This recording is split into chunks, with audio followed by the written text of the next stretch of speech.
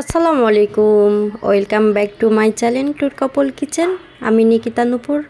সবাই কেমন আছেন? আশা করি অনেক ভালো আছেন। আলহামদুলিল্লাহ, আমরাও অনেক ভালো আছি। আজকে আমি তৈরি করব বেগুন ভর্তা। তো বেগুনটা আমি ভেজে ভর্তা করব। বেগুনটা আগে থেকে আমি কেটে রেখেছিলাম।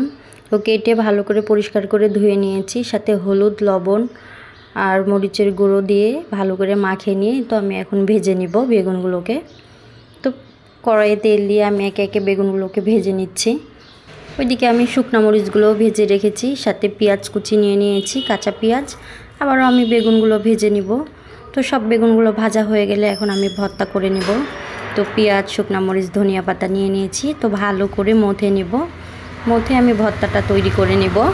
আমার ভিডিওটা যদি ভালো লেগে থাকে অবশ্যই লাইক, কমেন্ট, শেয়ার করবেন। ইউটিউবে সাবস্ক্রাইব করবেন, ফেসবুক পেজে ফলো দিয়ে পাশে থাকবেন প্লিজ।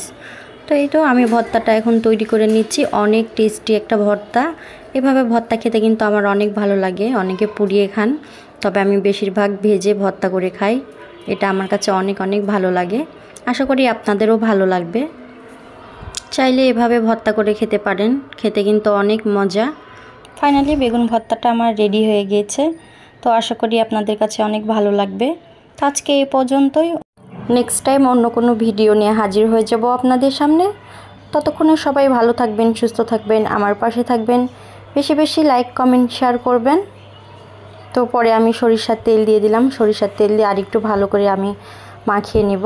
দিয়ে আমার ফাইনালি লুক রেডি। আমার ভর্তা অনেক সুন্দর হয়েছে, খেতে কিন্তু অনেক অনেক মজা হয়েছে। সবাই ভালো থাকবেন। আল্লাহ হাফেজ।